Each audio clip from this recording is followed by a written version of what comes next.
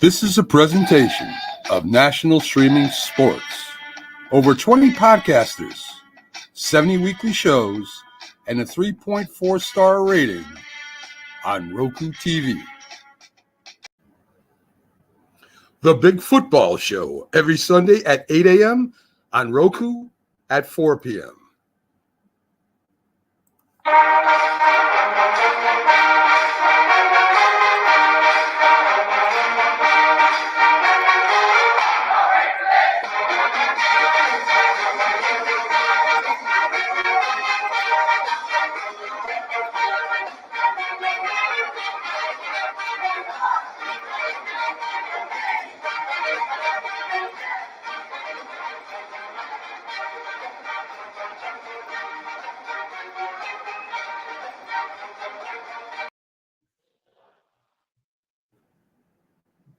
And yes, sir, here we go, folks.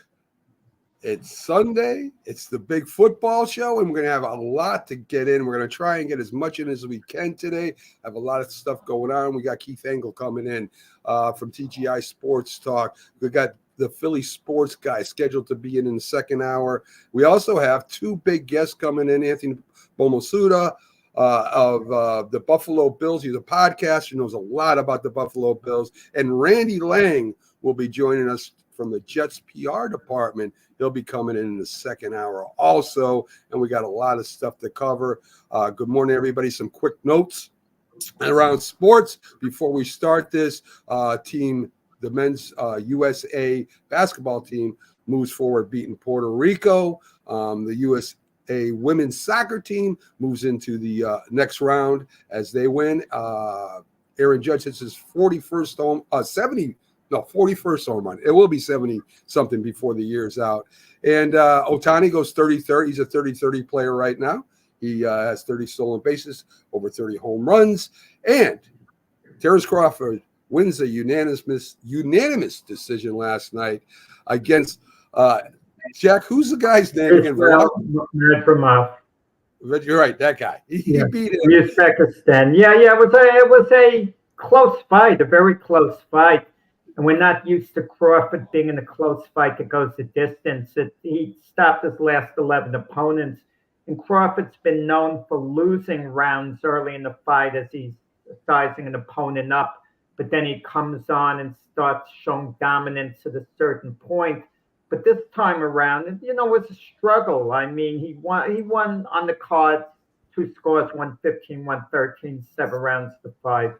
The other 116, 112. It was a nip and tuck fight, close fight. All right. And maybe Crawford was a little rusty. Maybe at age 36, he's getting on a little in years. But I got to stop. As soon as Keith comes on, I got to stop talking and remain silent for about 15 minutes. It's like you expect me, Mac, to slam on the brakes if I was a driver and I see Keith waiting for the lift. I can't just ease up with the car to the curb. Got to slam on the brakes because you get all that. So I'm stopping. We have Keith Engle joins us every Sunday. He's our college expert, and of course, he talks a lot about the Patriots. We do have a couple stories, in both areas today, Keith. First, I want to get to the Georgia Bulldogs. When it rains, it pours. Wide receiver Rara Thomas arrested on multiple charges. One is felony second-degree cruelty to children, and that was recently done. I think it was Friday. He's been in trouble before in 2023. He also got arrested for cruelty to a family. I think the right term here is false imprisonment, which is a form of kidnapping when he was at Mississippi State. So this guy is not the same as the last one, Keith. The last guy that got in trouble was a backup defensive back, a special teams player. This guy is slotted to be a starting wide receiver. I haven't heard anything since, Keith. What do you think Kirby Smart does here? Does he suspend or kick this guy out, or does he let this guy because he's going to be a starter kind of? They have to address it some way, right? Or as you said, he's he's reacting differently to somebody who can help him win, which would be certainly not a good look. Plus, the difference here also is some of these allegations go back before he came to Georgia. They must have vetted this guy before they brought him into the program in the portal. So if these things happened at Mississippi before he got there, are we just did they just pretend they didn't happen, or did they not do their due diligence? And I think they're both just as egregious, regardless of which way they went. So, anyways, we'll see what Kirby Smart does over there as all this off-field stuff is going on. Good morning, David. Good morning, Rick. Glad to have you aboard. So, Keith, there are some really good matchups this year in the NCAA. The first week we talked about a little bit. Georgia, Clemson is going to be a big matchup. Notre Dame at Texas A&M. I want to ask you about a couple other ones that they have going on here. Texas against Michigan in week 2. New head coach at Michigan. Texas is rated in the top 3. I think they're 3rd, if I'm not mistaken. But Michigan's got a lot to prove coming back playing without their head coach. Oh, without their head coach, without their quarterback, without their top running back, they've lost a lot, Michigan. They've got a lot to prove. The head coach move, I like the continuity. He did a very good job filling in for when he was suspended. But Michigan, would expect to take a step back this year, and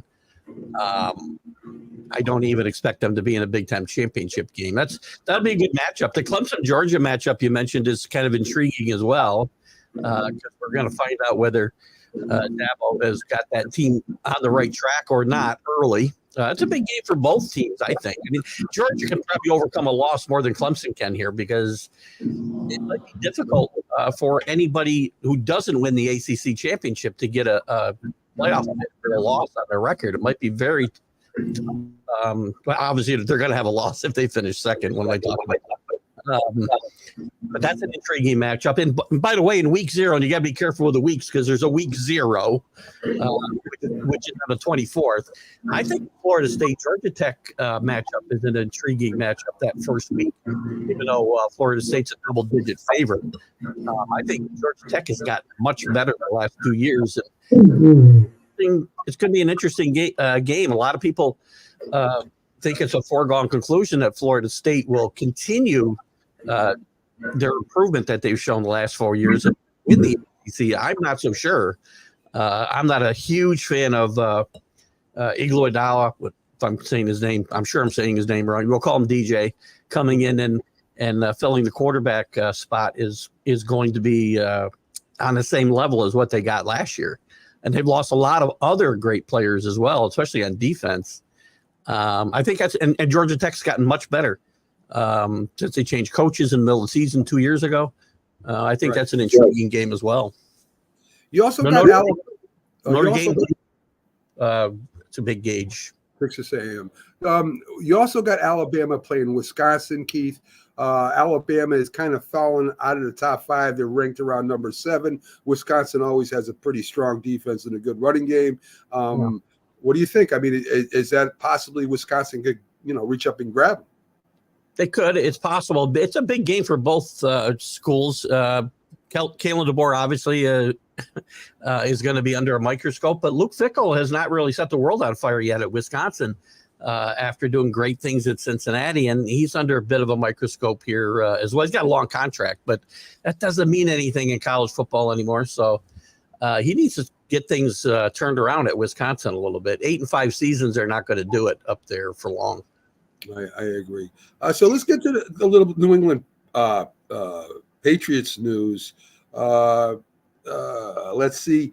Pat's outside linebacker, Matthew Judon, is having a problem with his contract.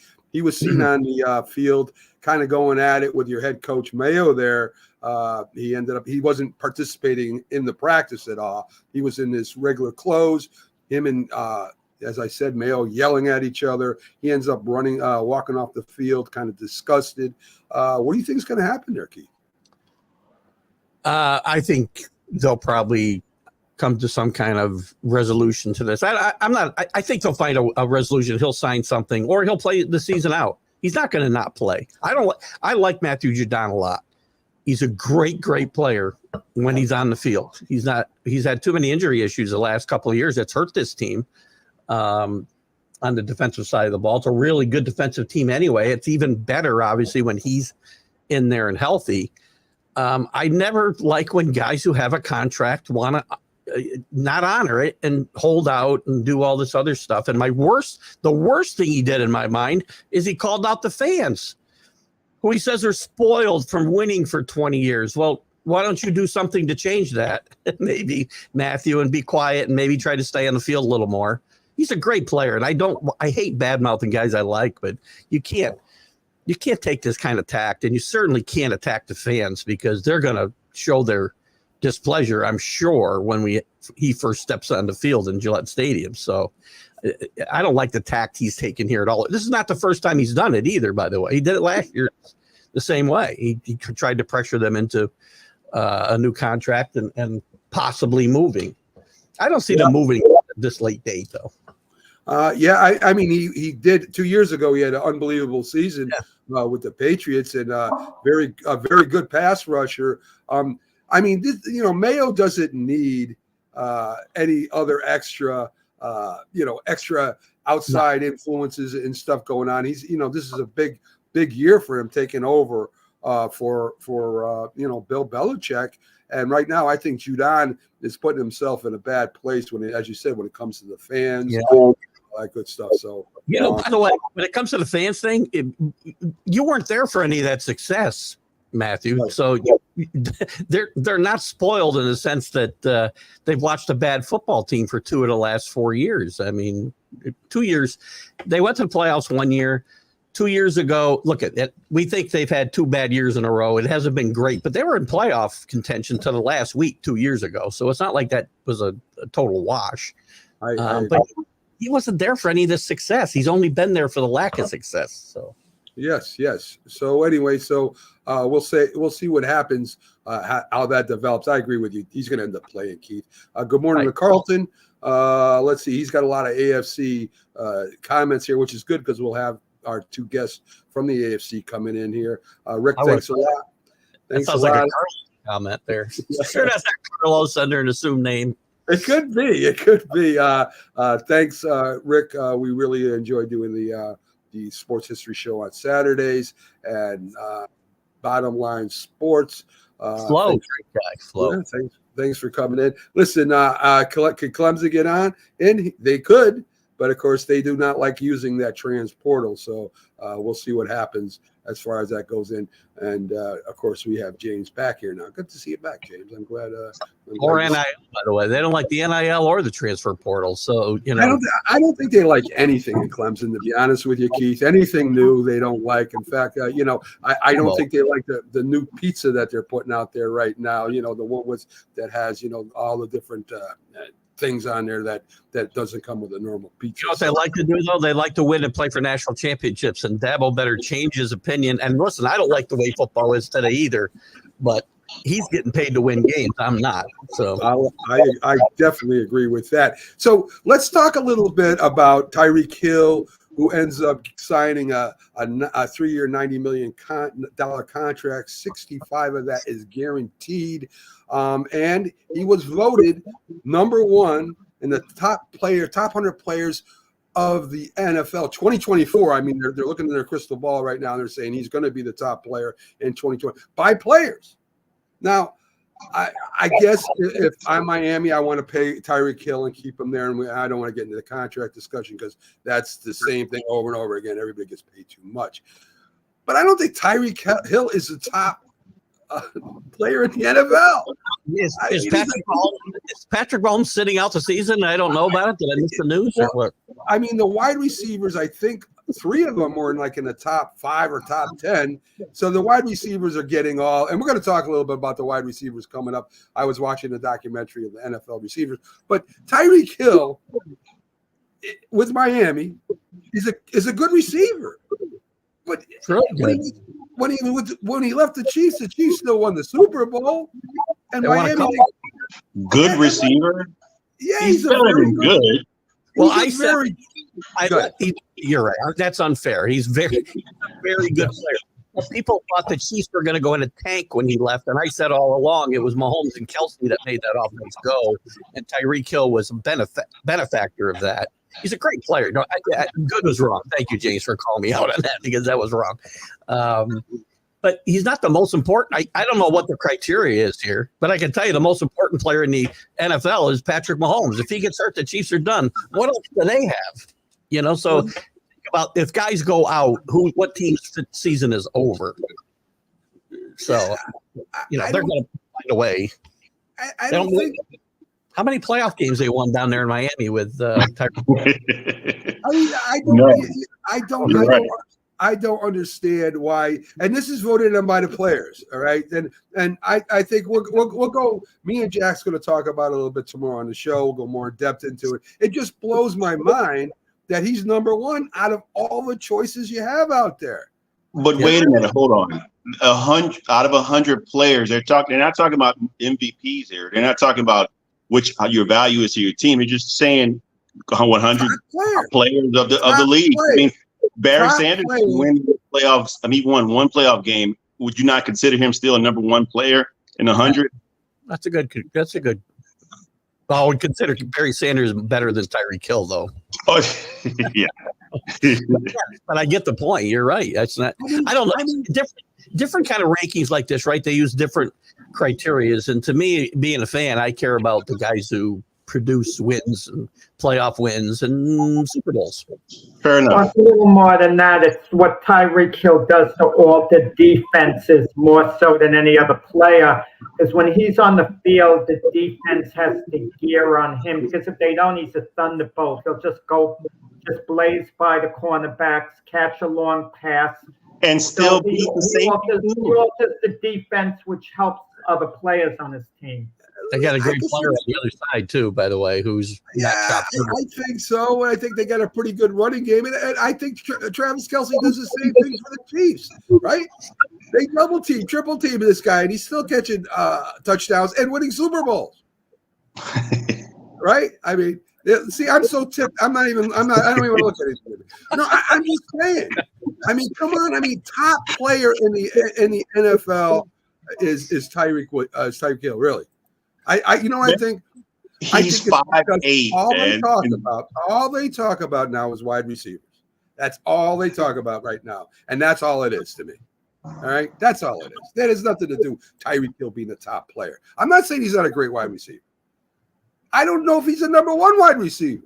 Max now makes really great in the league. Let me, James, before you go crazy, a number one receiver in the league. I think Justin Jefferson might be better than him. I think there's other receivers out there equal to or better than him. I don't know. I don't know. If the offense is driven by the quarterback, which everybody tells me now, right? Without a great quarterback, you're not going to win a Super Bowl. How does a wide receiver become a top player? That's all I'm saying. Well, I think the criteria threat, though. He's the single biggest threat amongst the wide receivers in the NFL. Maybe he's not the best, but he's the one a defense has to be most concerned with. And the criteria is based off the previous season. He was the most dominant receiver last season. Was he? Yeah. Was he? He was more dominant than Amon from Detroit? I would say so, yeah. You got to consider that whole team was just dominant in Detroit. It wasn't just Amon-Ra, St. Brown. That the Detroit on both sides of the offense and defense were great. Was he more Super Bowl, if I remember right? You have to consider who they play with. In all fairness, he does play with Jalen Waddle, so that releases Tyreek Hill to do a little more. And you mentioned Justin Jefferson. He plays with Jordan Addison, so that helps him out as well. And Rick brings up a great point. Once it gets below the 32 degrees, he's kind of. I was going to say that earlier, as far as important to your team, right? And I said, Mahomes, the Kansas City Chiefs season's over. Whoa, wait. He caught Tyreek Hill for a touchdown pass in the playoffs. The Dolphins only score against the Chiefs in that cold weather last year. the Dolphins are only good enough to go someplace and lose on the road in the cold weather. That's my point. They're not. But he caught a touchdown pass. That was the only score they had. Well, and how'd that help them? So, Yes. Happy birthday, John Riggins. A great running back, Hall of Famer. John Riggins' birthday. John Riggins.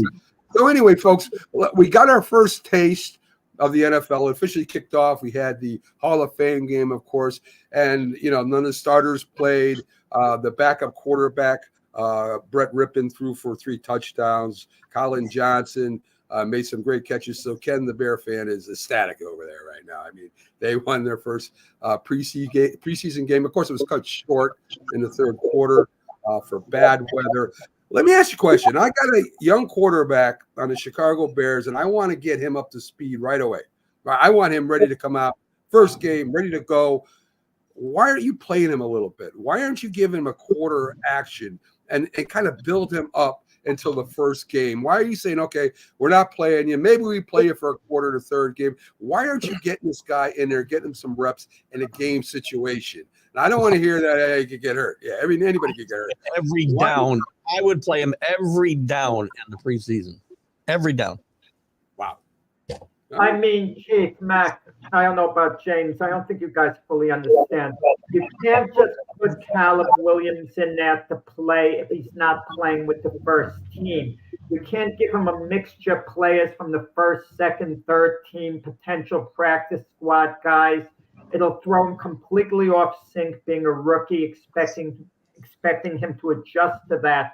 You can only really play him with the first team because he's going to be starting for the Bears this year. We know that already. So the Bears are planning accordingly. They'll probably get him some reps by the last exhibition game when they put in all the other starters. And they're not going to start speeding up the process of the other starters in the exhibition season just to accommodate Caleb Williams either. Really? Hold on. To accommodate Caleb Williams, it's the team you're accommodating and getting the team ready to win games. Caleb Williams I guarantee you, he will play far less in the preseason than he should to get ready to be an NFL starter in week 1. Guaranteed. He should play. But that's all starters. And why aren't we putting in the first team for a quarter with Caleb Williams? Why not? Why can't we do that? How half the game, whatever. He's come and said that he wanted to play, but they wouldn't allow him to play. None of the teams, I don't believe any of the teams in the NFL are going to play their starters a substantial amount of the preseason. It's just the way it is. They know what they got. They know how they're going to prepare. Bad football for a whole month of September. They don't know who they got. Caleb Williams hasn't played in a game yet. They think they know who they got. Caleb Williams needs to get as many reps in as he can before the season starts. Correct. That only makes sense to me. I mean, Bo Nix with Denver. If he's going to be a starting quarterback, you got to get as many reps as you can with this guy before you start. Or else you're going to lose. You're going to lose the opening games, and that can lose you the playoff position. Listen, I know what they do, Jack. We all know. We all watch preseason every year. I'm saying that if you have a rookie quarterback that you're going to start, you got to get him reps, and you got to get as many reps as possible. What are we seeing with Drake May isn't going to play a lot in the preseason. They don't think they're starting him, though. He's not the starting quarterback. He's not going to play a lot. That's totally different. No, it's not, Keith. They want to get those guys ready to start the Patriots and Vikings as soon as reasonably possible. We know they're not going to start the season. But they want to get them ready as quick as they can be. They don't want them sitting on the bench for 2 years.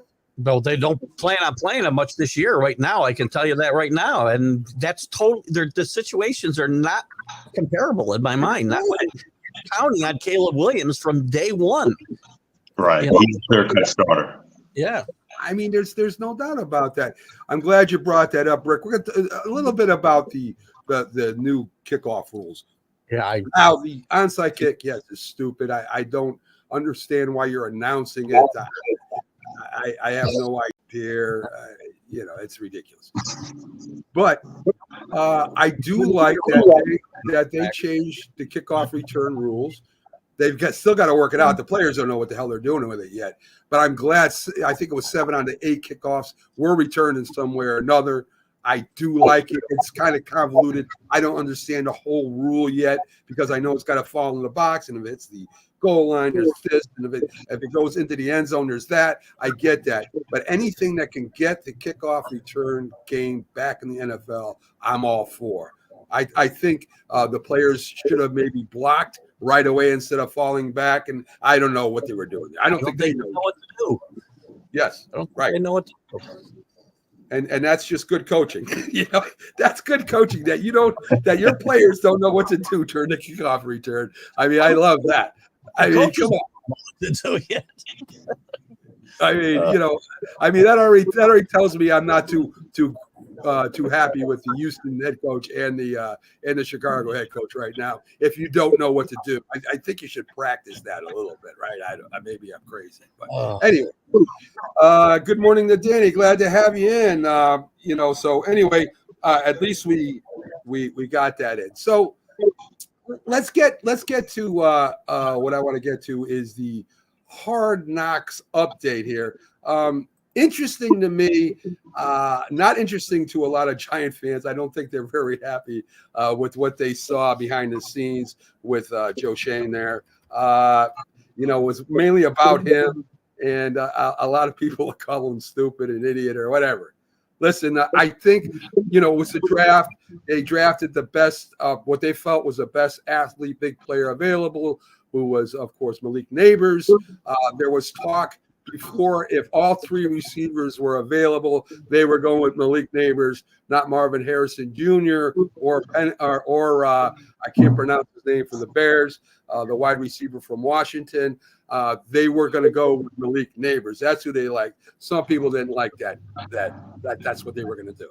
But I got no problem. I think Malik Neighbors will be a great wide receiver eventually in the NFL. He's got the potential. Let's put it that way. I watched the whole thing, and I'm not convinced they wouldn't have taken Marvin Harrison if he was there, by the way. I think they believed all along it would come down to Duze and Neighbors, and they like Neighbors better. Yes. They knew Marvin Harrison wasn't going to be there. They were being logical about it. I agree. So he wasn't seriously in the discussion. There was a point. There was a point, Jack, where they said if they fall down, if Harrison falls down, who you going with? And I'm almost positive that most of them said Malik Neighbors. The question is, if Dunze had gone to the Chargers and they had a choice between Malik Neighbors and Joe Alt, they have possibly taken Joe Alt, the offensive lineman. No, they had their mind made up to Malik Neighbors when they went in the draft room. That's who they wanted. But by the way, only made their mind up after they found out they couldn't trade up to get a quarterback. They wanted a quarterback. It was very obvious they wanted a quarterback. Yes, especially the ball did want that quarterback first. But anyway, that didn't happen. The Patriots put the kibosh on that pretty. Right. No, but just think of it. They want a particular quarterback. I mean, They wanted Drake May because they could have had Michael Penix, J.J. McCarthy, and Bo Nix. They were all there. I meant one of the top guys. Daniels and May were the 2 guys that they liked a lot. I know that. And J.J. McCarthy was available. They could have took J.J. McCarthy. They did not. So that didn't happen. So the rest of the draft was to fill holes. They got what they said was probably the best safety available to replace Xavier McKinney. So they went up and got Tyler Nubin. They replaced one of our defensive backs with Drew Phillips. They picked up tight end Theo Johnson, which was, I think, a good pickup for him. They definitely needed a tight end, and he's 6'6", 260 or whatever. And then they picked up a running back, Tyrone Tracy. And I think they're trying to figure out how they're going to replace Saquon Barkley with the running backs they have, Singletary and Tracy. So that's pretty much the end of the documentary that they had up there. I don't know. I enjoyed it, by the way. I thought it was, as far as entertainment, I enjoyed it a lot, seeing the behind the scenes stuff. That was fun. Yeah, I did like that a little bit, but I think the Bears are up next in training camp, and to me, that's a bunch of Tuesday night. of hype, about trying to get that you can watch on films anyway. You just won't see the players fooling around and stuff like that. So anyway, that was it for that. DJ Moore, he signed a big extension, wide receiver of the Bears. Yes, he did. There's an intriguing team. My feeling is they're not going to have as much success as some people think that they're going to have this year, that they're still in transition. But, we'll see. Yeah, no I got doubt. 5 guys. All right, Keith, we'll see you. Have a good one over there on Stream of Consciousness. Yes, we'll see you guys next week. Have a great Sunday. Yes, You too, sir. Bye-bye. See ya. So we're back to 3 right now, and I do want to talk to you guys about a documentary, NFL documentary called Receiver. It's about 4 or 5 receivers, and they follow them all the way through the season, injuries, training camp, all this stuff. Now, I'm going to tell you, George Kittle and Deebo Samuels were part of this. We'll get to all of them. I'll kind of break them down for you. We're part of this documentary. I don't know if you guys have watched it or not, but it's pretty interesting. I didn't think it was. I begrudgingly watched it because, again, it's about the divas of the league. But anyway, George Kittle was part of it. Tight end George Kittle. I'm going to tell you right now, I love George Kittle. George Kittle is the most entertaining, fun guy on a football team you want. He screams, he loves football. He does all this crazy stuff. Great receiver, great tight end. Probably him and Kelsey are the 2 best tight ends right now in the league. You can see the support. You see him talking. You see him with his family. I mean, this guy is one of the guys, if I'm a head coach, I would want to start my team with. He is that enthusiastic and that entertaining of a player. And and he blocks and he makes big plays. And of course, they talk about their families too. So, tight end, you got Kelsey and Kittle. There are some good rookie tight ends last year that played, or younger tight ends becoming a bigger part of the game. What do you guys think? I mean, you see Kelsey playing, you see Kittle playing, you see the Minnesota tight end, the Detroit tight end. I mean, what is Kittle to you guys? When you watch this guy play, how good is he, and will he continue to get better? Well, let me just say this, and James, you could be my witness to this later on, so I'm not second guessing. I wanted the Jets to take a tight end in Brock Bowers. He was the guy to be drafted. They went offensive line. Okay, that was a neat position, but Brock Bowers is going to be one of the best tight ends in the NFL. And I think it's going to start in his rookie year. But that's how I wish the Jets have went. It's not going to be second guessing when I mention it numerous times in the future, the way the Jets missed the boat on the draft pick. Not that the guy they drafted won't be good. I just think Brock Bowers is going to be, outstanding. But, George Kittle there, I mean, you have to think he's a real team player. Kelsey gets to stand out with the Kansas City Chiefs. We were talking about Tyreek Hill before, especially when he left to go to the Dolphins. That just reinforced Travis Kelsey's value. They win the Super Bowl last year by working their wide receiver room as they went along, and finally getting it all together. I mean, they were so desperate. They even got McCole Hardman back from the Jets. I mean, imagine that. And George Kittle with all these other weapons, McCaffrey, Samuel, Ayuk.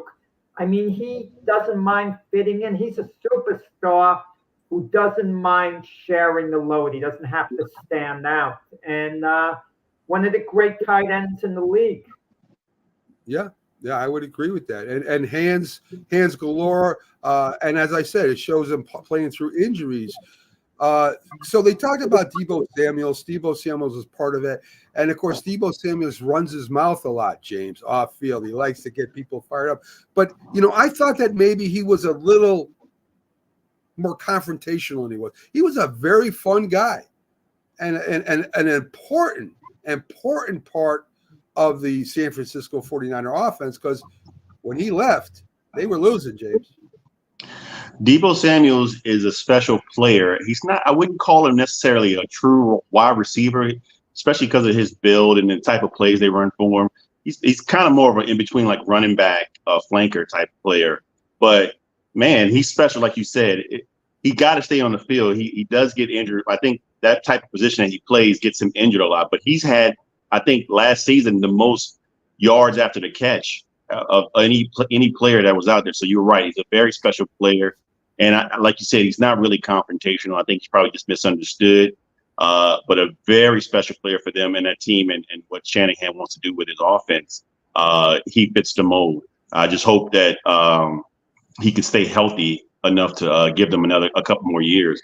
But they paid him the money. He got the money he wanted. And I think, a couple of years ago, and I think he'll be utilized properly. Well, he's been utilized properly, but he'll definitely continue to give them some quality seasons. But I wanted to say one thing about Kelsey. I mean, not Kelsey, but Kittle that you didn't mention. He's one of the better blocking tight ends that I've seen in a long time.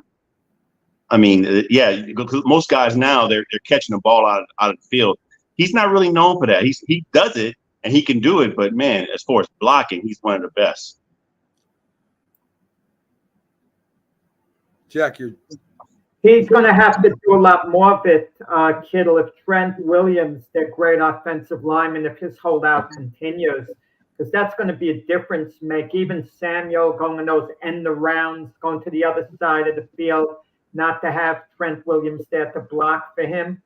I mean, that's going to create some problems. And supposedly Williams has made so much money in his NFL career so far. If he's fed up and he doesn't like his contract status, there's a school of thought he might decide, okay, I'm just going to retire. I have enough money to last me the rest of my life. I've already played long enough and well enough for sure that I'm going to make it into the Hall of Fame. There sometimes gets to a point with a player where he really does lose interest during the holdout. He gets comfortable and figures, I'm not close to a contract. I don't really care that much anymore. No hard feelings. I just don't want to play football. I like being able not to have the structure, go out, play golf when I want, do whatever, and I'm set. Yeah, and it did show him when he was blocking. He's like, send them all day. And he was excited about blocking. I mean, this guy is really a total team player. He's into the fans. He's really cool. So we touched on Kittle. We touched on Samuel Adams. Debo Samuel. I think I had a couple Samuel Adams before I came out. Anyway, they did talk about Justin Jefferson. Justin Jefferson. They followed him through his injury. He had his contract year coming up. He's a kid. He's a young kid that likes the bling, that likes putting on his shades, likes talking about himself in third person. I mean, he's a great wide receiver, but he's very immature still. Whoa! Hold off, Mac. You're labeling him in a way that's unjust. Did you watch the documentary series, Jack? No. All right, I did. I'm telling you, he likes his bling. He likes his teeth, his gold teeth. He likes his shades. He likes that fun. He likes that fun. What's the big deal? I'm telling you. I know, but he has fun he's a little immature. He's a young kid, Jack, right? That doesn't mean you're immature. You like to be a little silly, you like to have a little fun. It doesn't mean you're immature. I'm telling you my opinion. He's a little immature. There's nothing wrong with that. I'm just saying that's what he is right now. If you're immature, you shouldn't be immature. I mean, there's a difference between having some fun of being genuinely immature. If you're immature, it affects the team. It affects Mac, are you saying he's got a little room to grow? Is that what you're saying? Yeah, of course he does. I mean, when he's putting on his stuff, looking in the mirror, saying, I'm a different player now. Now I'm different now. This is me when I don't have this stuff on. This is me when I have this stuff on. He's into this, to the young things, man. He's not. Yeah. So I say he's just a little immature. And that's not wrong with these players. They thrive on that. Well, especially wide receivers. They're the ones depending on the quarterback to get them the ball. So they have to be a lot of them focus on themselves. That's why they call them divas. Most of them focus on themselves. But as we go on, I'm going to tell you, no other wide receiver was like that, okay? When other wide receivers like that. Wait, when he was hurt last year, he was supporting his teammates. He was there. He wasn't sulking. He wasn't being an eye guy. What does that have to do with him putting on That's bling? why the Vikings, let me tell you, that's why the Vikings rewarded him by making him the highest paid wide receiver in history, because they trusted his character. So they gave him the money, and they didn't make him wait a long time. I'm not saying that he's a bad teammate. Did I say that? I'm not saying that he's a bad wide receiver. I'm saying he's still a little immature, Jack. That's all. And you're not a good teammate if you're immature. Okay. All right, Jack. Anyway, so let's push on. All right. Detroit's Amon St. Brown, driven. This kid is driven. His father is a former Mr. Olympian, Mr. Bodybuilder. I mean, he was over in Germany. That's where he met his mom. And his father is a workout fanatic, still in great shape.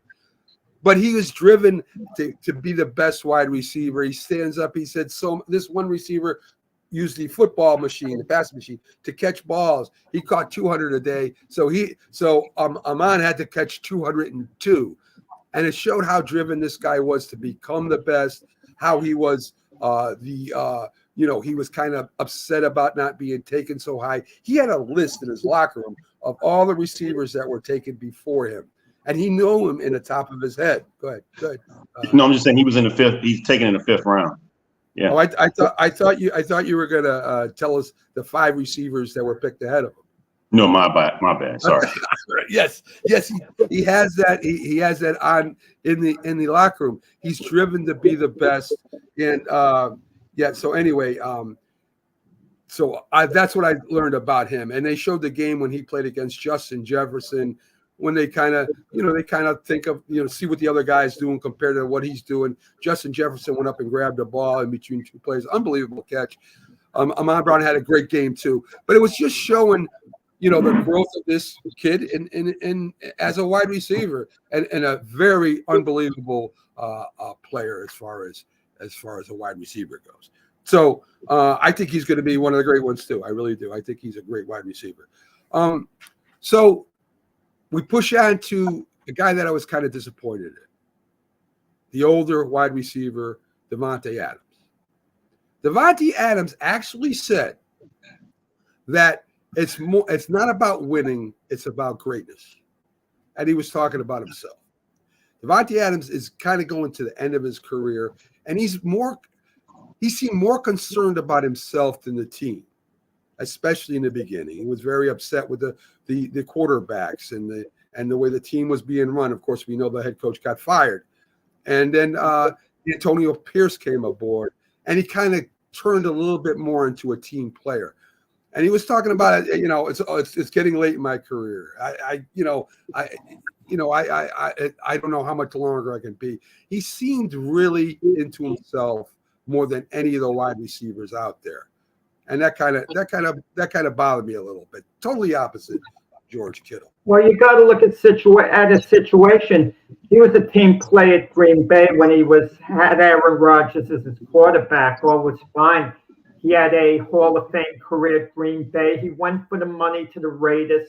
You get the feeling he wanted to get out of Green Bay for whatever reason. And maybe there was a little tension, him and Rodgers, there. We'll never know what the truth is on that for sure.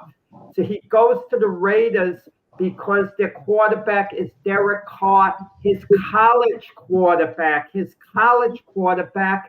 And then the Raiders move on from Derek Carr. And in a way, Davante Adams probably felt betrayed. That was his guy. And what's his alternative? Aiden O'Connell and Gardner Minshew? That's awful. That's awful. That's taking a guy from a fancy office. He's working in an office building. He has a fancy office to this little dumpy office down the hallway when nothing is going on. And he's unhappy there. How can he be happy? Aiden O'Connell and Gardner Minshew throwing him the ball now? Well, come on. Really, this was based off last year. So what it was Jimmy G. That's who it was. That was who the quarterback was for him. And he was not happy. He was injured good part of the year. He was not happy with Jimmy Garoppolo being the quarterback. As Jack said, he was injured. And they didn't have any kind of rhythm together because he was injured and he couldn't get out there and practice with him. And you showed Davante Adams very, very frustrated. If they did not keep Antonio Pierce, I don't know if Davante Adams would be there right now. He did enjoy the culture change with the Raiders with Antonio Pierce. So, in fact, he stood up for Antonio Pierce too when they were talking. It's also the Raiders situation. If you're going to trade Davante Adams, you're really not going to get a lot of value back in return. The Raiders would have traded him, I think, for a number 1 pick. Number 1 and a number 4. I'm just throwing something out there. But teams are reluctant to give up high draft picks. They really, really are. And I don't think you'd have a team out there who I'm pretty sure you wouldn't, who would give a number 1 draft choice for Davante Adams, because it's more than just giving up the pick. You inherit his salary, which hurts you at other positions because now you're dealing with the cap. I don't think the Raiders were even thinking about trading Davante Adams, to be honest with you. Didn't mention that. He did meet with Aaron Rodgers during the season. Of course, there was a lot of talk that maybe they were talking about him coming back, and that wasn't what the case was. They just met for dinner. It was great seeing him. He said he needed that. He needed to just get away from the Raiders for a while and talk to his old friend. And so it was interesting. I just was kind of disappointed in the amount of Davante Adams, and especially in the beginning. And as I said, it did change eventually when Antonio. Well, you look at the Raiders team; they moved on from Josh Jacobs, that outstanding running back. He's the guy on the offensive unit. He's the best player and the leader by far. They got Brock Bowers now, who I think is going to be an outstanding tight end, who can only help Davante Adams because he take a little of the pressure off him when they be on the field at the same time. But it's tough when you're a veteran like that and you don't see any serious hope of going to the Super Bowl. You really don't want to be there. It's not when he went to the Raiders from the Packers, when he left the Packers, that's not what he signed up for, what he thought was going to happen. And he's a little disillusioned. It's human nature. It's like going to a new job. You leave one job to go to another job and you see, this job isn't what I thought it was going to be, and you're not that happy. It happens in life outside of football. Yeah. I just, again, it was just the opposite of Kittle, and I understand he's on a losing team, and I understand, that he went there for Derek Carr, and Derek Carr is gone. But anyway, it's a pretty good series if you want to watch it. Good morning, CJ. Glad to have you in this morning. But anyway, it's a pretty good series. I didn't think it would be as good as it was. Let's put it that way. When I first watched it.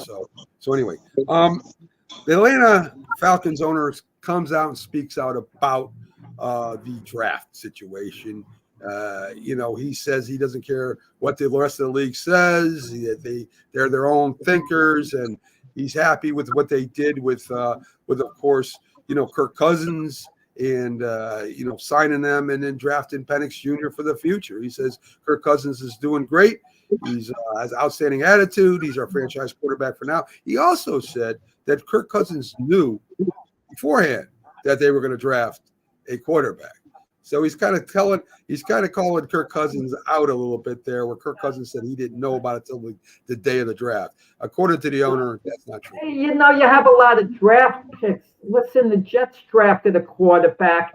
Aaron Rodgers doesn't feel threatened. I mean, it's first round, Jack. It's not the same. In the fifth round, I know that's the difference. They could have mentioned to Kirk Cousins, we're going to draft after they gave him the big money.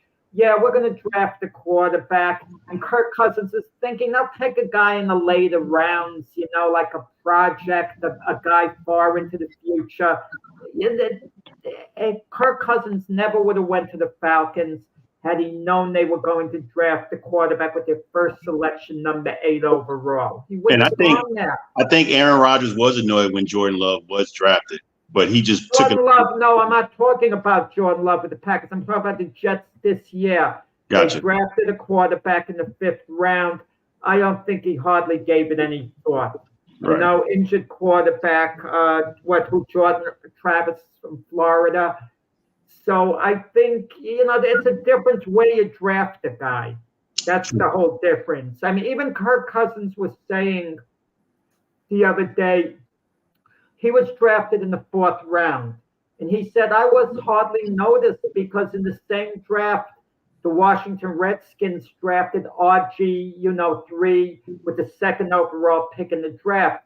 So Kirk Cousins kind of slipped under the radar. No one was expecting him to play. No one was expecting him to compete for the job, but he was what was known as a value pick. He was too good to pass up at the time they were drafting in the 4th round, and that's why they took him. I mean, it happened with the Jets many years ago when they took Chad Pennington, number 18 overall. They had Vinny Testaverde. They didn't want a quarterback, but at number 18, it was just too much value to pass up, and teams sometimes do that. Well, like I said, according to the owner, Kirk Cousins knew they were going to draft. They were going to draft a quarterback high in the draft too, according to the owner. So that's what he says. So I guess he's calling. Like I said, did they tell him 10 minutes before that he knew he was going to do it? I mean, right, 10 minutes before. That's hilarious. Yes, CJ, we did talk about the new kickoff rules early in the program. Coming up next, folks, we have a great little bit we do here. Just Ask Jack trivia. So I'm going to give you the trivia question here. Let's see. And let's see if Jack can come up with this. Again, I keep it in Jack's wheelhouse so he can have at least a chance at it. I'm not going to give him, I have what's known in boxing as a puncher's chance. Meaning, yes. I'm not going to give a long shot. I'm not going to ask him who the Canton Bulldogs running back was in 1922. I'm not going to do that to him. I'm going to give him a question that's a little more modern that he should know. And of course, Jack can go back to the 50s. Canton Bulldogs, they play in Ohio. Yes, well, there you go. All right, so but that's not the question. That's not the question. Okay, here it is, Jack. Okay, and wait till after the break before you give the answer. I'm going to give you plenty of time to answer this. Which quarterback holds the record for the most consecutive games with a touchdown, Jack? That's going to be as we go through. That's going to be after the commercial break. We'll come back. I trust Jack. I know he won't. I know it. I ain't asking you, James, right? Okay. So, anyway. James is my backup. If I miss it, he gets it. I get credit. Because we're like a team. Yes, exactly. It goes on my record, Exactly. So, anyway, after the break, we'll get the answer from Jack. And if Jack can't get it right, well, then we'll talk to James and see and see if he's got the right answer. James, stop. Just stop right now. Okay, that's all I got to say to you. All right, so here we go, folks. Now, I mean, why wait till after the break? Because this is what it's called a tease, Jack. This is a tease. So we will be right back after these breaks, after these messages. To get National Streaming Sports on Roku TV, channel search National Streaming Sports, tap on our logo. On laptop, tablet, or mobile phone, download the free Roku app, channel search, tap on our logo. For smart TV, order the Roku device from the Roku store, hook it up to your TV, channel search National Streaming Sports, and tap on the logo. After adding the Roku channel National Streaming Sports, this is our Roku site. You can click on the live stream to see what show is playing, or go to the VOD category, weekly schedule, click on the day, and it will give you all the shows scheduled for that day. The Monday live show lineup on our Roku channel. Mac-Jack Sports at 8 a.m. Eastern. Coffee and Sports at 9 a.m. Eastern. 10 a.m., Mac-Jack Sports. At 11 a.m., Ken and Ken in the morning. At 12 p.m., Coast to Coast. At 2 p.m., The Big Football Show. At 4 p.m., Snake Sports. At 6 p.m., The Man Cave. At 7 p.m., Glove Fist. At 8 p.m. Eastern, Sports Scope. At 9 p.m. Eastern, Start Spreading the News.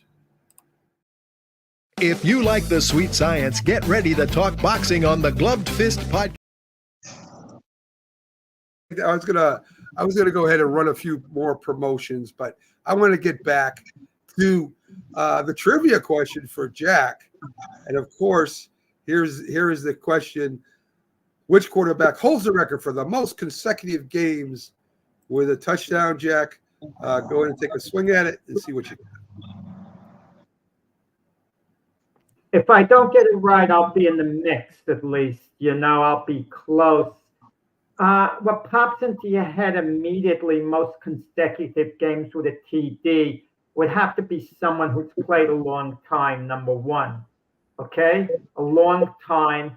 And it would have to be really one of the better quarterbacks in NFL history. One of the better quarterbacks. I know it's not Tom Brady, so I eliminated him.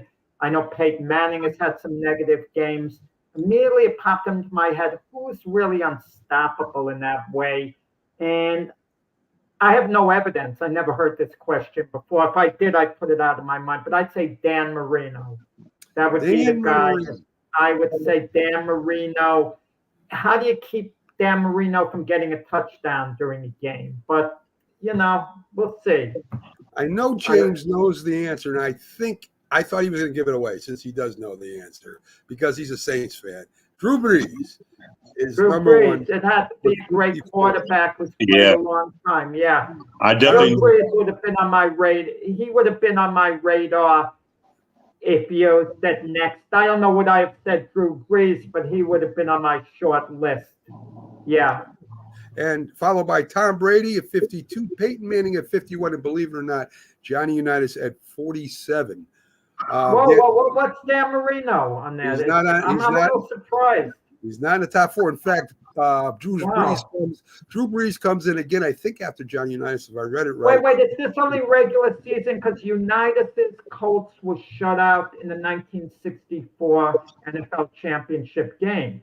The question again, Jack, was that was the question right there. Which quarterback holds the record for the most consecutive games with a TD? So if you didn't go to the playoffs, it would have to start again, I would imagine, the following year. So anyway, Drew Brees is regular season, yeah. Anyway, so that's the answer.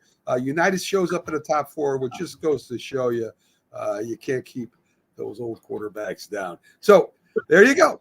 A good one, James. Him being a Saints fan, he should be disqualified. If it's I thought he was going to give it away when he said, "I know." I'm like, James, stop, please stop. I wasn't going to say anything. I wanted to wait. Yeah, but that's just that hint. I mean, but see, it's great because Jack thinks in his mind he doesn't listen to what anybody else is saying, so he's ready to make his next point. So it did work out for the best. So anyway, guys, we should be having our two scheduled guests coming up here pretty quickly. Let's talk a little bit about DeAndre. Well, some news here. DeAndre Hopkins is out 4 to 6 weeks for the Titans. As Jack mentioned, DJ Moore gets $110 million four-year contract, $82 million guaranteed. That's a big contract for DJ Moore. Let's see. Geno Smith is not practicing. I just talked to one of our podcast hosts who was down in Seattle this morning, I think. So that would be 3 practices in a row. I know he went for imaging. So there's no words. They're being tight-lipped in Seattle about what could be wrong with Geno Smith. If Geno Smith doesn't play, what are the Seattle Seahawks' chances of going to the playoffs? Well, even if Geno Smith does play, I wouldn't think it would be that good. But he's better than Sam Howell, their backup there. So, is he? We'll find out. Listen, when the Commanders drafted Jaden Daniels and they moved on from Sam Howell, we'd hear, well, it's not Sam Howell's fault. He had no blocking there, no this, no that. Okay, it's with another team. You're giving him another chance, and he's struggling there at Seattle. So. Yeah, listen. I don't think Howell, I think, was one of the leaders in yardage last year as a quarterback, if I'm not mistaken. I think he was. You're trying to make a case for him. Why would they move on from him? He's a young quarterback. Because they wanted Jaden He Daniels. was- They want Jaden Daniels. I don't blame them about that, right? I mean, I don't blame. They would, if Jaden Daniels wasn't available, they would have drafted another quarterback, the Commanders. It was Well, more you know, Sam Howell's situation. I say coming up, AFC Talk with some special guests. We already got one in. We're going to bring him on. Randy Lange. He's been on the show before. Works with the Jets PR department. I say he's the head guy over there. He's humble. He says he's not. I think he's the head guy over there. So let's bring in Randy. See how he's doing today. How you doing today, Randy? Gentlemen, how are you? Can you hear me? Yes, we can hear you. Can you hear us? I can hear you fine, loud and All clear. right. So we have a good connection, which is important when we're asking questions, right? I mean, I don't want to, anyway. So Randy, the Jets, and we're gonna talk about maybe some expectations compared to what you think can happen. Of course, we have to start off with what happened last year with Aaron Rodgers getting injured, and I guess maybe in hindsight, the Jets should have probably gotten themselves an experienced backup just in case something happened to Aaron Rodgers. That's 2020 hindsight, and it looks like they took care of it this year, Randy. Oh yeah, it does. I mean, I think everybody anticipated Zach Wilson was going to be that backup, and obviously that didn't work out to the best. The best expectations that everybody had, including Zach, I'm sure. And of course, he's no longer there. But it seemed like a good plan, I thought, because Zach certainly did show some flashes, but certainly not enough. And so he's now in Denver, I guess, right? So they brought in Tyrod Taylor, and I've always respected him. I think all Jet fans know of him when he was with the Bills, and he put up some very fine games against the Jets back in the day. And as he's gone through his career, he's shown that he's almost kind of like a backup Aaron Rodgers, in my opinion, just because of the great touchdown to interception ratio. The guy does not turn the ball over, and he does throw some touchdown passes and does lead touchdown drives. Not quite as good as Aaron Rodgers has in his prime, but still, Tyrod fits in well with the group. Seems like he's a great team player, ready to do whatever's asked of him. He knew he was coming in to back up Aaron Rodgers, and that's what he's doing, and he's looking pretty good behind Aaron Rodgers is looking pretty good so far.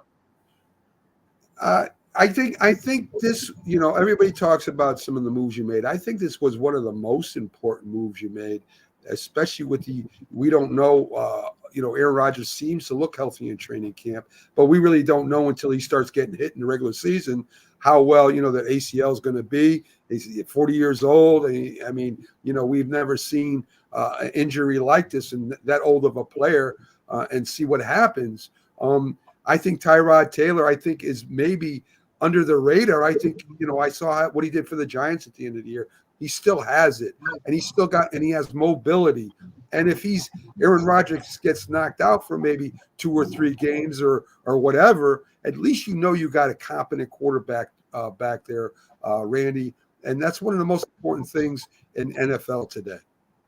Yeah, absolutely. You need somebody who can come in and win those 2 or 3 games, or at least 2 out of 3. I mean, just keep the team moving.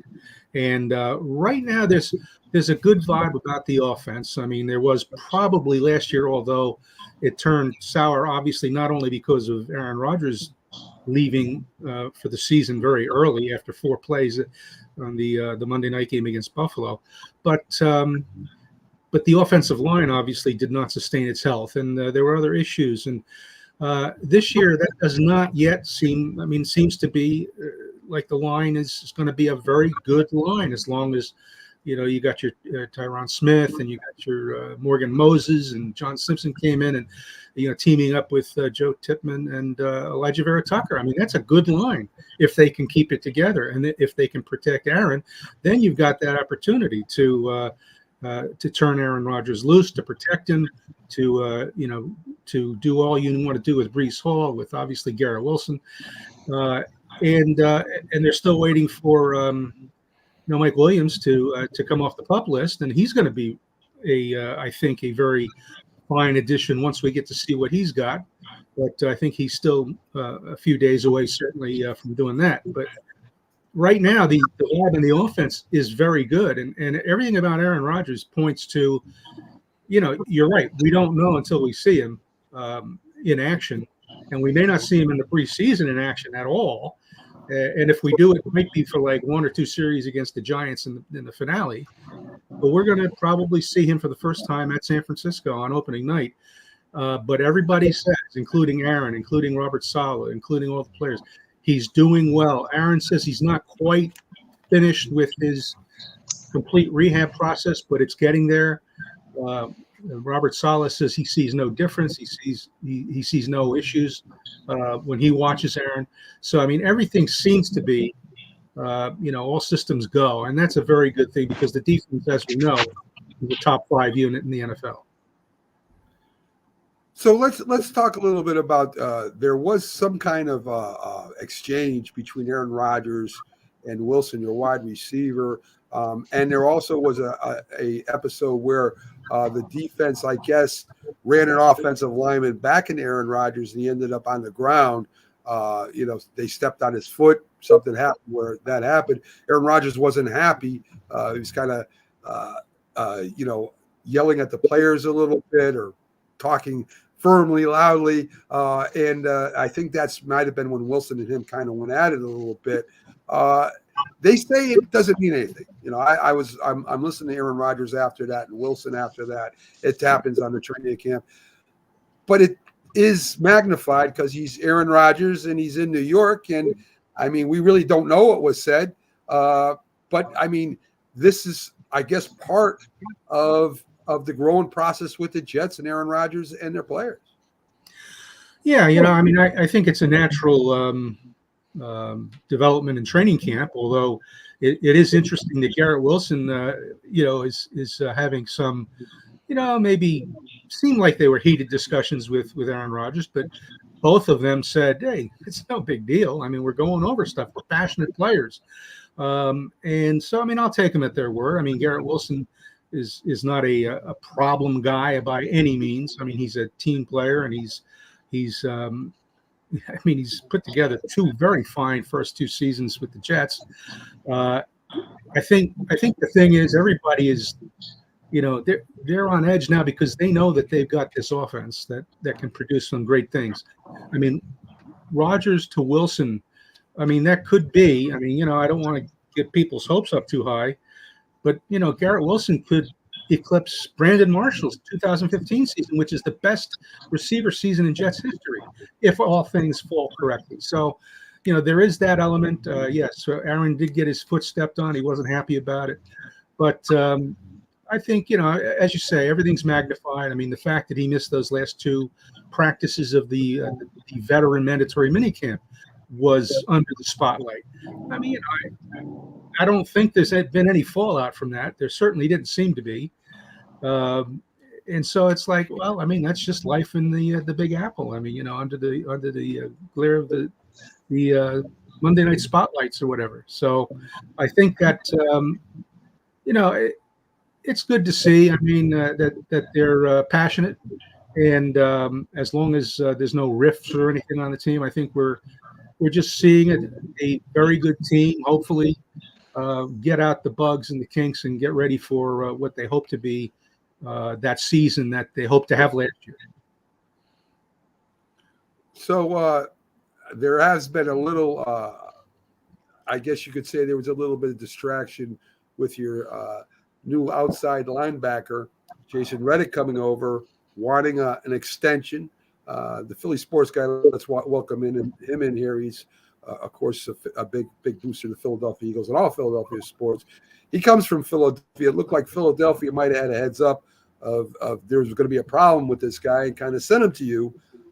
And there were, from what I've read, Randy, there have been contract talks.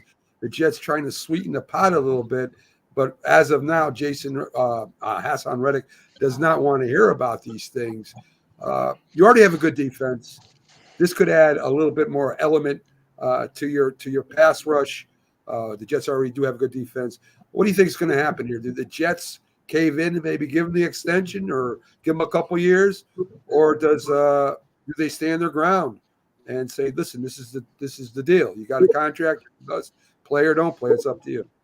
Well, I think Joe Douglas has shown that he's going to play ball with people to a certain degree. If Hassan Reddick wants to play, I mean, he's going to have to come in, I think. I don't see that the trade would be like nullified or anything. I mean, this is a good thing for the Jets defense, and it's unfortunate that Hassan's not here yet. But I think he will get there, and he will make that defense better. You know, they lost John Franklin Myers in free agency, and Carl Lawson was cut or let go, let's say, to find another team. They can use that edge rusher presence, but they've got Jermaine Johnson. They've got a Will McDonald who they're hoping will make the leap in year 2 that Jermaine Johnson did last year to become a Pro Bowler. And so, I think there's a good feeling that Hassan, come on in, because this is a very good defense. You'd like to be a part of it. We need you. You need us. Let's get it.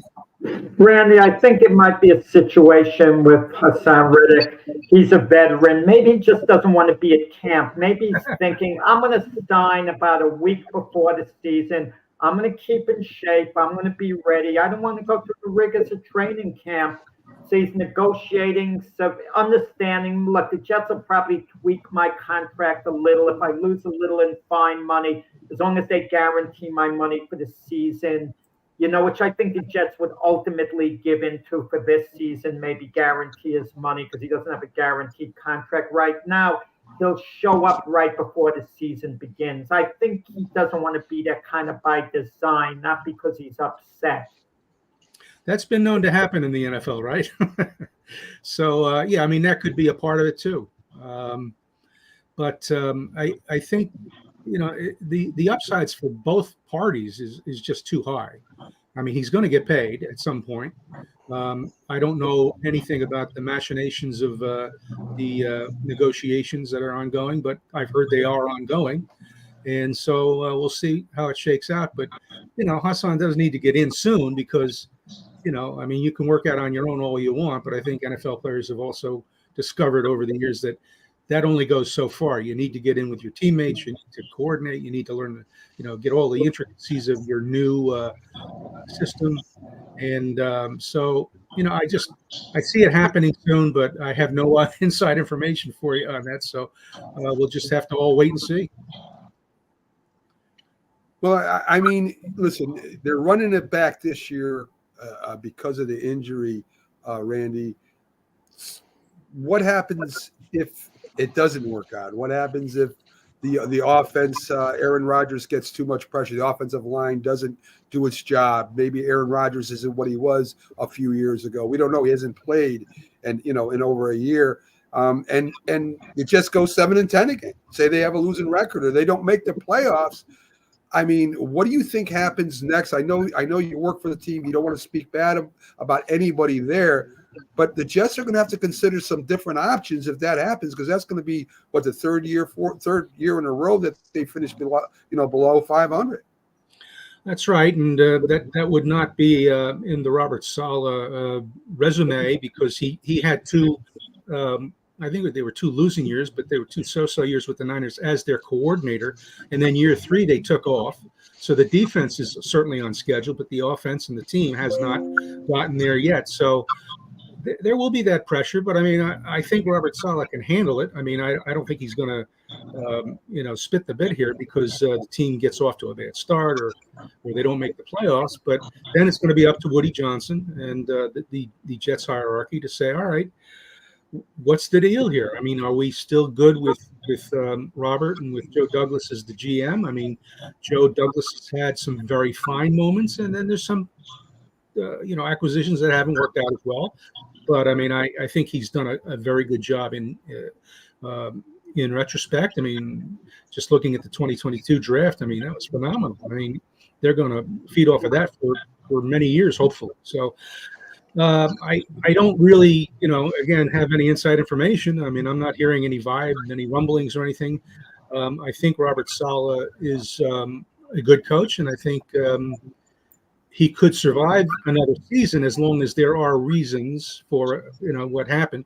And last year's reasons were definitely the offensive line's health and just a lot of situations. Zach Wilson's issues, and then the backup quarterback Rodgers. Those seem to have been cured. So I mean, I think everybody is saying, all right, listen, the NFL, you're hired to be fired, but let's take one day at a time, 1 week at a time. And I don't think there's any hesitation in anybody on the Jets right now. They feel quietly, I think a little more quiet this year than last year, because there was a lot of vibe last year. This year, the NFL is rewarding them with even more primetime games. I guess it's a reward, but sometimes it's not.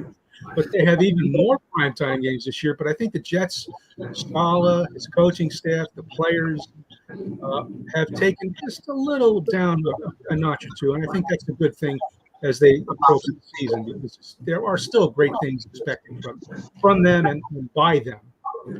You make a great point, Randy. Last year, the expectations were anything short of the Super Bowl would be a disappointment.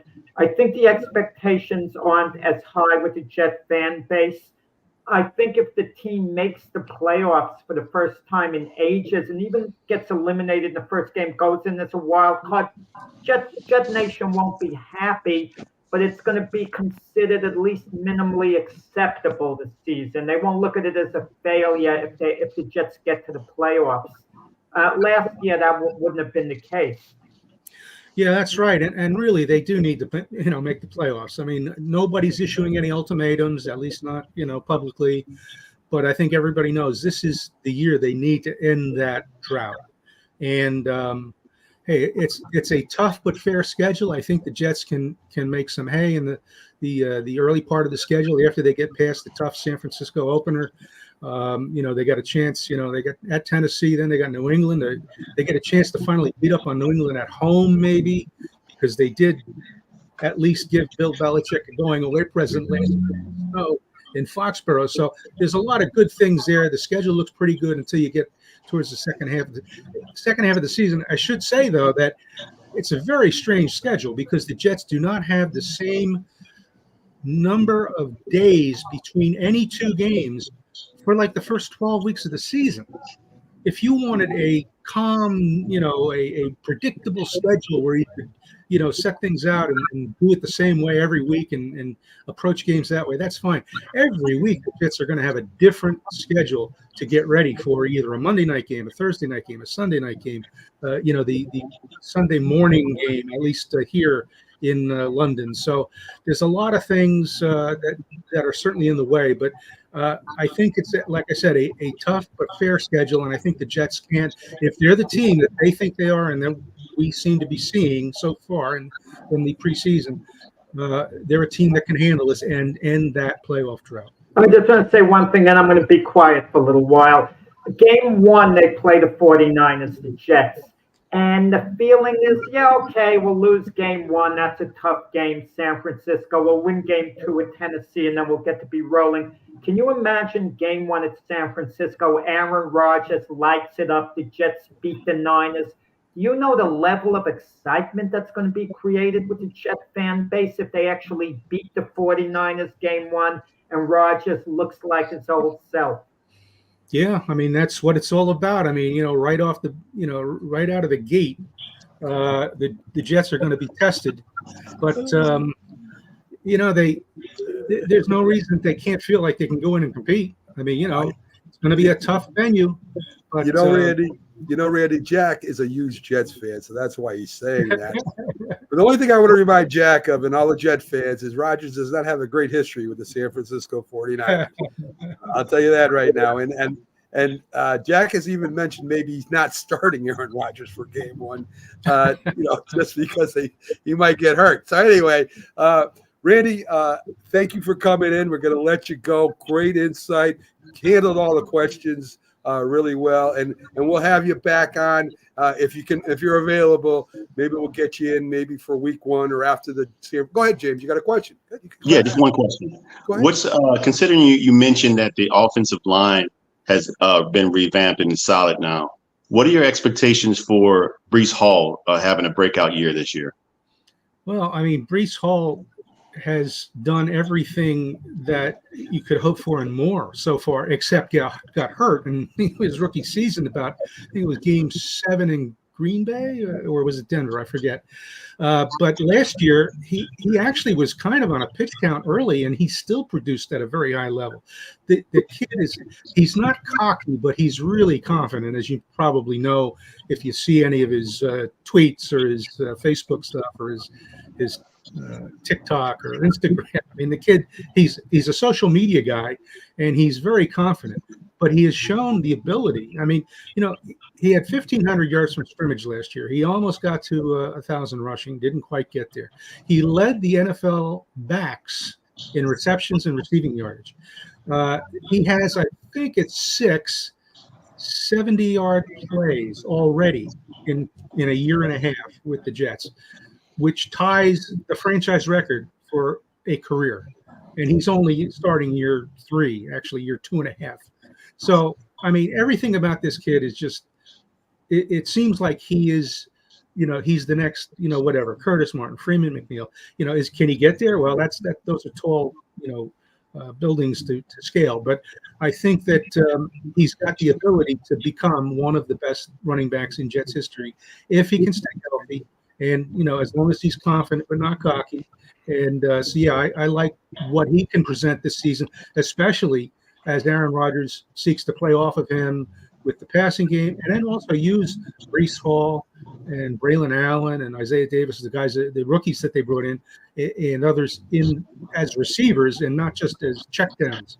They'll be in the receiving game as well. So I think, I love the potential and season ahead for Breece Hall. Yeah, listen, it's a 3-team race in the AFC East this year. Buffalo, Miami, you guys. I think you guys have a really good shot at winning the division this year.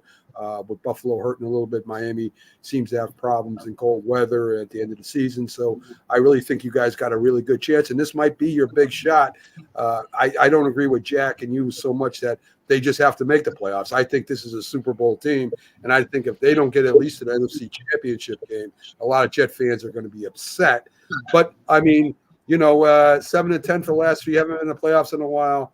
I mean, I think you guys will at least get there for the playoffs. I expect big things out of the Jets this year. I really do, with the team you guys got defensively and offensively, and with a healthy Aaron Rodgers. And like I said, Tyrod Taylor is one of the better backups, I think, in the league. So I expect you guys will do well. So, Randy, again, go ahead, Randy. No, I was just going to say I agree with you that they do need to go further, but they need to get there first. So, I mean, I'll take the drought ending, and then let's see what damage they can do from there. And I think it can be considerable, but it's the NFL, so we'll see how all the chips fall and if the health remains good, and Aaron Rodgers is not icing his Achilles down because all of a sudden it's got some irritation. Hopefully, none of that happens, and they move all the way to where they want to go, which is New Orleans. Well, that would be outstanding. Randy, again, thanks for coming in. We'll definitely get back in touch with you, talk to you before the season or after the 49ers game would be excellent, just for you to take a look at that. Maybe we'll definitely keep in touch and see when you're available, Randy. Thank you for coming in. I really appreciate it. Yeah, don't call me on Tuesday after that game because I won't be awake. Okay. We'll do it. We'll do it then. All right. Sounds good. Have a good one, Randy. Thank you, guys. Appreciate it. All right, folks. So we brought you a little AFC right from their PR department with the Jets. And, of course, the Jets are expected to do big things. Welcome in again, Philly sports guy. Pags, glad that you made it in this week, Pags. Glad to see you. Let me get your thoughts. You were quiet, which I was surprised during the interview. I saw you roll your eyes a couple times. What do you think? What do you think about the Jets? I mean, listen, Randy Lange is close to the team. He's a part of the PR machine over there. He's very good at what he does, and he's very honest. I mean, he was very honest about some of the questions I asked. He didn't backpedal any question I really asked him. Of course, he thinks the team's going to do good, like every front office would. I mean, what do you think about the Jets' chances, Pat? I think that it's going to be a more difficult year than everyone thinks. I feel like that the pundits that are picking them to go to the Super Bowl are really, really doing pie in the sky stuff with them. I kind of think that they are second best in that division, and and if they do make the playoffs, I see them maybe winning a game. I don't see them in the Super Bowl. I don't think that they have a strong enough offensive line yet. And I think that's going to still be the biggest Achilles heel for that team. You got Aaron Rodgers. I mean, they've already had a problem where they stepped on his foot. It's like at that point, it's like, well, maybe you should have fixed the one thing that really needed to be fixed, and that was the offensive line. And you didn't do it.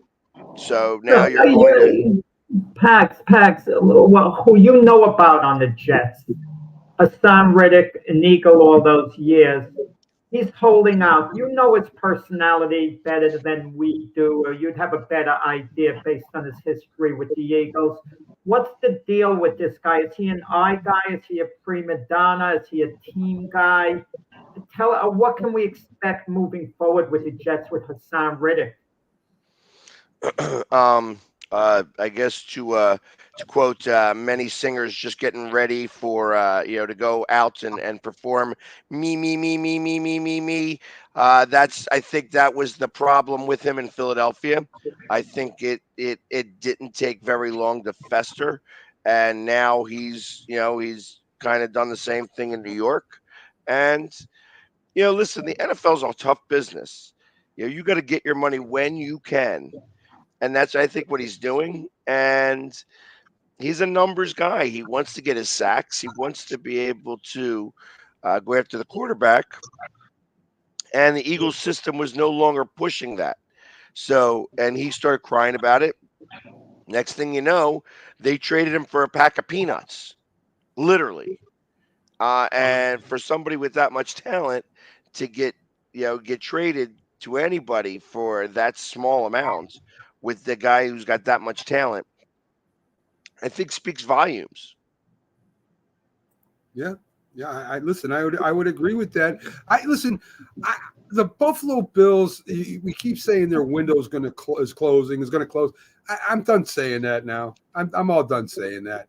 I mean, as long as they got Josh Allen there and they can put together a decent core wide receiver around him, his offensive line plays okay. Even if he doesn't, he'll run and make plays. I don't think that window ever closes as long as Josh Allen is healthy there. Like I said, I'm tired of saying that. He's just that good of a quarterback and that good of a playmaker that he's always going to be there. And Miami, who has all the talent, signing all the great players, comes wintertime, and we'll see what happens again.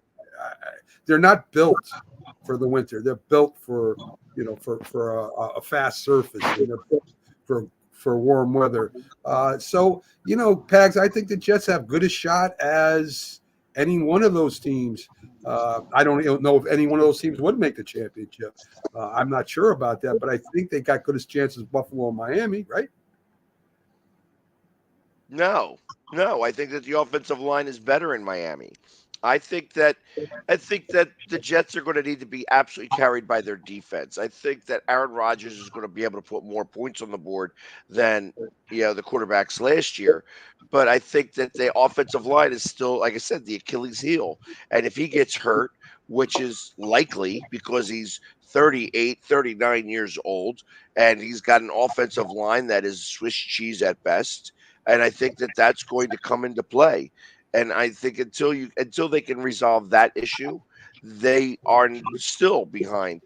I think they're behind Miami. I don't know that they're behind Buffalo. I think Buffalo's biggest problem is their defense. You got a defensive coach there. You have Josh Allen who can put some points on the board. Putting points on the board has never been really their issue, but their defense has been lackluster at best.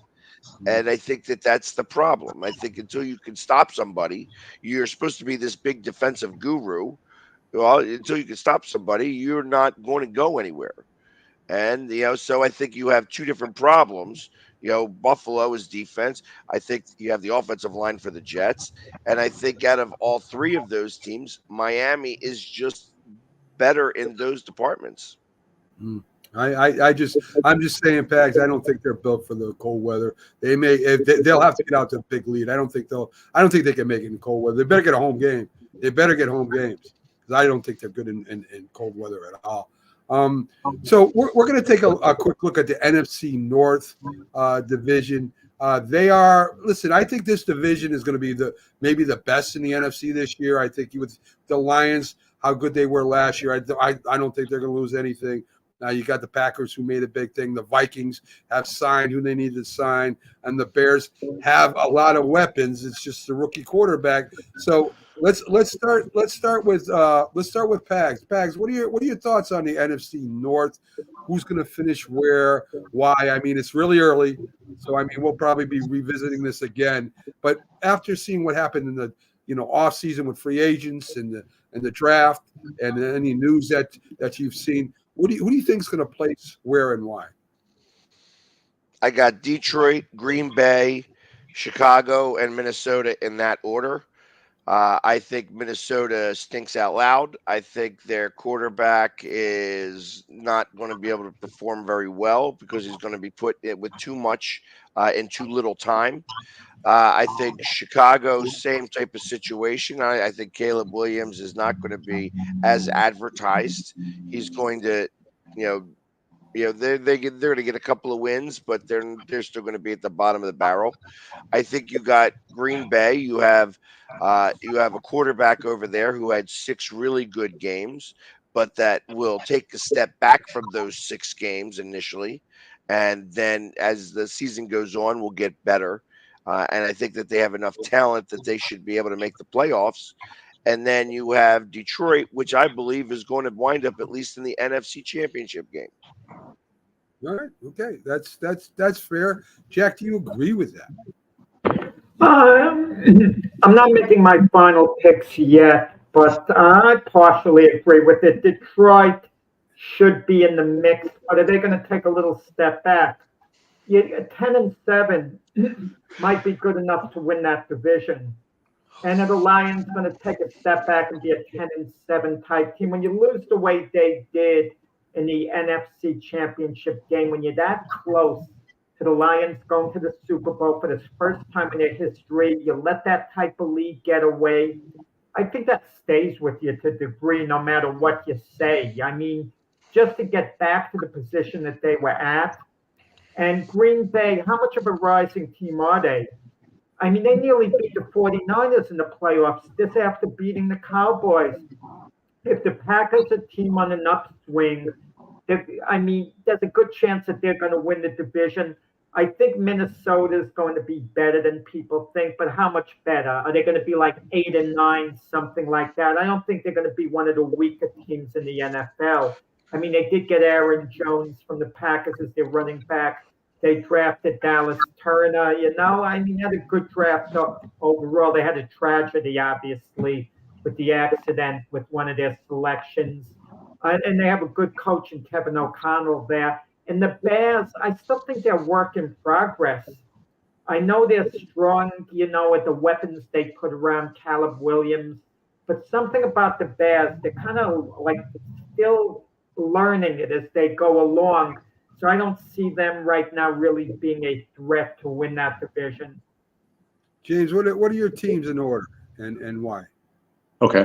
So I have Detroit finishing again at number 1. I have Green Bay second, Chicago third, and Minnesota last. Look, Detroit is still loaded on offense, and the whole team on both sides is relatively young. So I don't see why they can't, for the next few years, dominate that division. I like Green Bay. I like Jordan Love, and I like the coach, and I think they have really good things there. I mean, considering they really didn't have any big names on offense, they just picked up Josh Jacobs, and so that should ramp up their offense a little bit more with the run game. but I just still don't think nobody's going to take Detroit. I mean, they're great on both sides. I mean, Aiden Hutchinson, they just drafted another guy to play on side of him. I forgot the guy's name, but man, I can't see anybody in that division taking them out again. And the quarterback's got experience, and he's just got him a new contract along with Amon-Ra St. Brown, got him a new contract. So they're all motivated. I mean, then you have a running back in Jahmyr Gibbs, who's just really, to me, he's like the next Christian McCaffrey coming. He can run and he can catch out the backfield. He's pretty fast.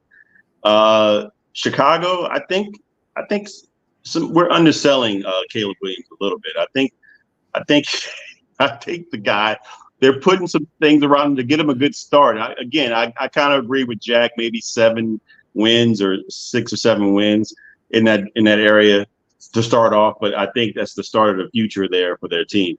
And Minnesota, there's still way too many questions, particularly at the quarterback, and a lot of missing pieces. They got Justin Jefferson and the other wide receiver, but I just don't see much going on there. There's just a question, too much of a question mark at quarterback there. Let me ask you a question right now, and all of you guys, right? We have the Bears finishing ahead of the Vikings, and I don't know. I think it's going to be pretty close. I have a lot more faith, believe it or not, in the Vikings starting quarterback than I do Caleb Williams.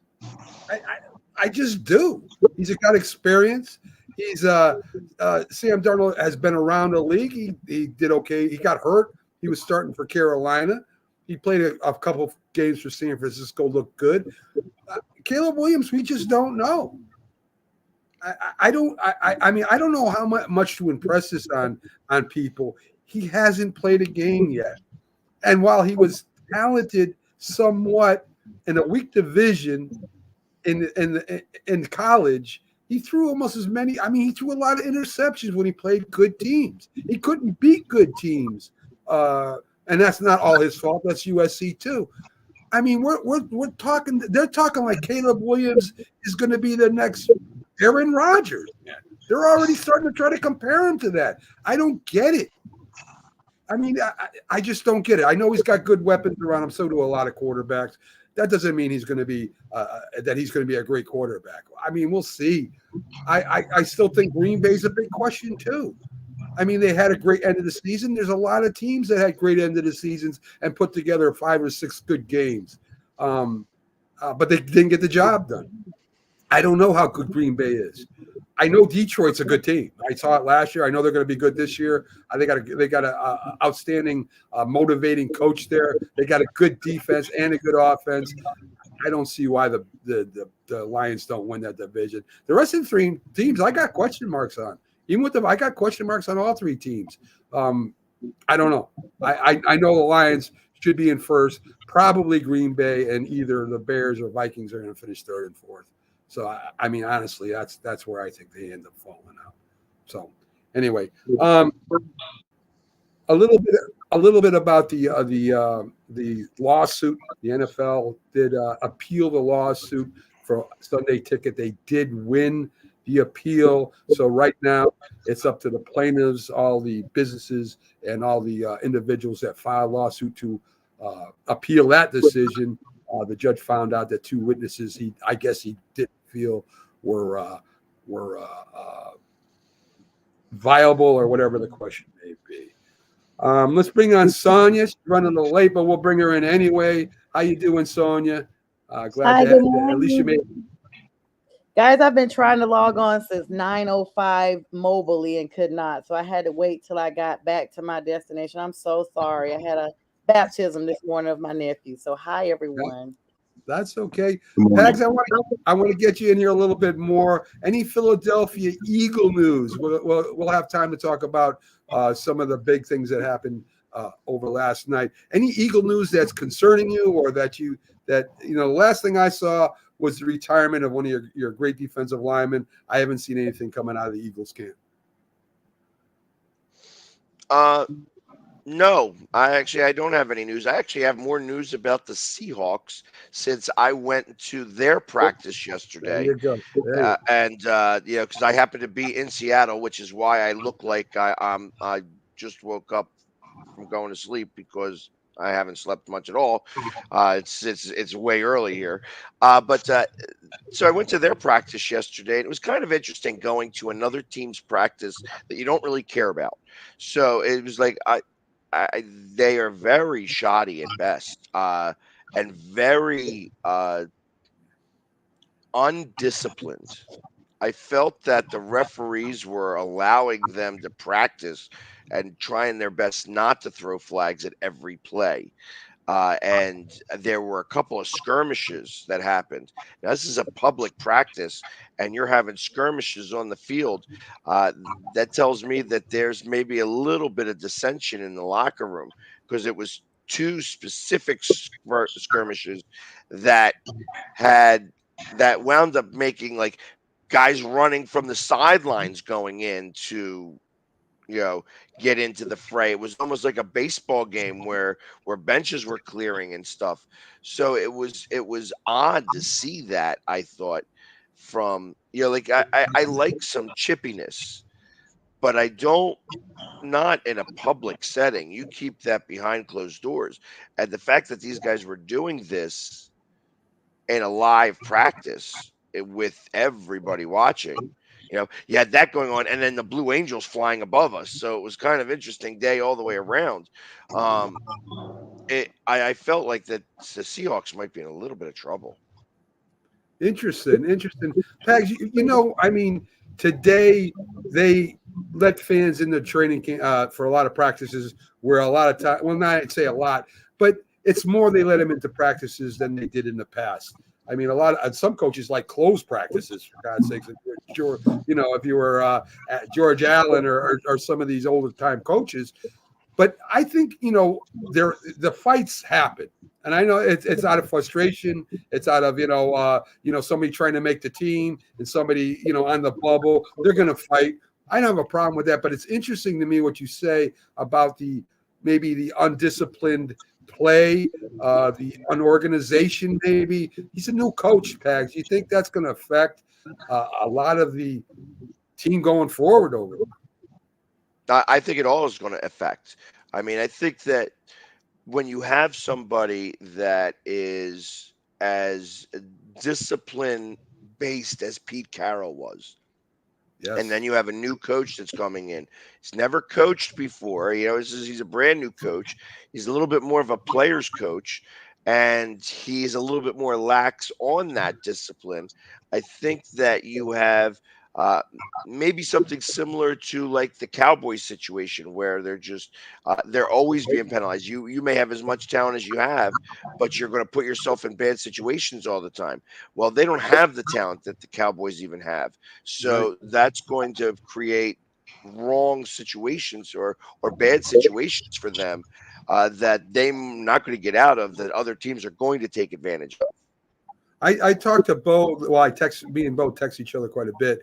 And I asked him, he was at the practice also, and I asked him if Geno Smith was out there, and he said no. And I did mention that Geno Smith has to go for imaging, that he has some kind of injury that all came back negative. Okay, beautiful. Okay, good. But he still didn't practice, which I would keep him off the field too. What do you think about their backup situation there, Pags, at quarterback? They're going to put all the eggs in the basket of Geno Smith. Okay. Yeah, the quarterbacks were underwhelming at best. Okay. Like Sam Howell. Sam Howell looked like everything that you've seen from Sam Howell up to this point. And their other guy, trying to remember his name. Mars the Third or something like that. I think it's Mars the Third. It looks like he can run the ball a little bit. Yeah. But just doesn't have the eye for, like, when he's going to be a run first quarterback. He's not going to get to the second read if they're getting blitzes on him and things like that. And I think that's I don't know how well of a runner he is. It's hard to tell at that practice. Well, Pags brings up the Dallas Cowboys situation, and I know we talk about it a lot. As we talked, another wide receiver gets a big contract, Tyreek Hill, and CeeDee Lamb is still sitting out there with no contract yet. Sonja, I mean, you got three players. all maybe equally important. Of course, Dak's a quarterback, has a little bit more importance, I think, on the hierarchy anyway. But CeeDee Lamb is a big part of their offense, and he's not going to get fined. I mean, he's a rookie under a rookie contract. They can do what they want, but when he signs, all that fines are gone because that's one of the clauses in the agreement between the Players Association and the NFL. So he can sit out for as long as he wants, and he's not going to get those fines going to disappear. What do you think happens there, Sonia? I have no idea why Dallas is waiting so long to solidify CeeDee Lamb's contract. Like, he really is a great wide receiver. He's a hot commodity. He's very well needed and respected in the locker room. And Dak really needs him. I mean, I know that they even spent money to bring Ezekiel Elliott back. I don't know what that's about because I've heard his better days are behind him. They should have been using that money that they used to go and bring Ezekiel Elliott back to add to whatever they were giving to CeeDee Lamb. I wouldn't be surprised. I know we're kind of eking towards the ninth hour here, the nth hour. If they're not careful, they may possibly lose CeeDee Lamb. I do not have that completely off the table. I know that may be shocking, but my thing is he is holding out. I like that the Players Association do have that clause in there that, hey, if you're not signed, you do what you want to do. You don't have to come because, I mean, why hold him to that if they haven't even ascertained the appropriateness of, giving him this contract that he so desperately has deserved? His numbers look good. He's been very well, a great player on and off the field. We haven't heard a lot of drama that we have around some of these other players, especially like Tyreek Hill has now gotten his money and he's been surrounded by drama off and on for quite a while now. I really, hope that CeeDee Lamb gets the team that can actually appreciate him. I'm not, like I said, I won't be shocked if Dallas just continues to drag their feet. Jerry Jones went on the record a couple of days ago and was quoted talking about Dak Prescott and just basically saying he's here this year, whatever that's supposed to mean. So the writing's not on the wall as of yet with Lamb. Let me ask you all a question. Jerry Jones said there's a lot of owners. Well, there's some owners that don't care about winning, but of course he's talking about the other owners. I don't understand why Jerry Jones doesn't sign the players that are available. I mean, he didn't bring in any free agents. The draft players are a minimum contracts for whatever they can get there. I mean, it's not big numbers. Does Jerry Jones care about winning anymore? Is he trying to sabotage his own team to get rid of Mike McCarthy? I don't understand. Mac, he definitely wants his team to lose so he could fire Mike McCarthy. You nailed it, Mac. Very good. What other reason?